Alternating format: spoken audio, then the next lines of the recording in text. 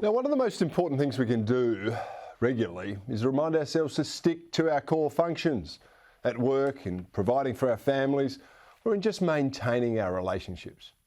And it's a favourite saying of mine when referring to all levels of government too. If you spread yourself too thin trying to cover too much ground, you'll likely accomplish very little. That's why it was so refreshing to hear former SAS officer and now Assistant Defence Minister for Defence Andrew Hastie air some blunt talk. In a message to his constituents, Hastie told them, "The ADF's core business will always be the application of lethal violence in the defence of our values, sovereignty and interests. We should never forget that." Well, I agree with you, Captain Hastie, but too many inside the ADF seem to have forgotten that. Instead, they've focused their attentions on making our forces a military version of inclusivity and wokeness.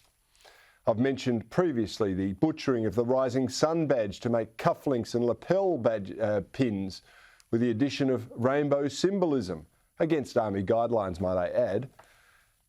We've also now got dancing girls at the launch of new ships, as you might have seen earlier.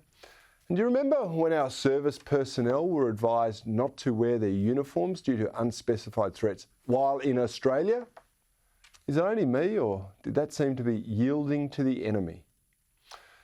Well, what about the lectures on not using the term guys and the banning of symbols that some might interpret as signifying death? Well, I know plenty of people who will disagree with me, but who really gives a hoot if others are offended by some insignia while you're on the battlefield? Or if we expect our diggers to eat the same rations, no matter what their religion? What really matters is if our diggers are up to the job that they'll be asked to do. Because you can bet your bottom dollar, the same poodles who are slamming our SAS regiment will be demanding their expertise at the very hint of trouble. And the SAS regiment will most likely be deployed, and they'll come back before many of their critics even know that there was a problem. I've said it before and I will keep saying it. Keeping us safe is not for the faint of heart or for those just looking to shuffle papers in the defence bureaucracy.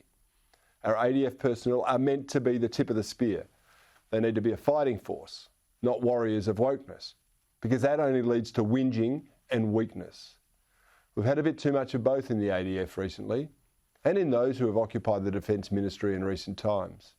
But finally, it seems the appointment of Peter Dutton as Defence Minister and Andrew Hastie as his able assistant, there is actually some light at the end of the dark defence tunnel. But I've got one question for them, and for them both, prompted by the parent who's got two sons newly enlisted in the Army. Why has the ADF cancelled the Kapuka march-outs where family and friends used to be able to attend? If the ADF can't run a COVID-safe event for new soldiers and their loved ones, when up to 50,000 people can attend a footy game, how the heck are they going to manage a war?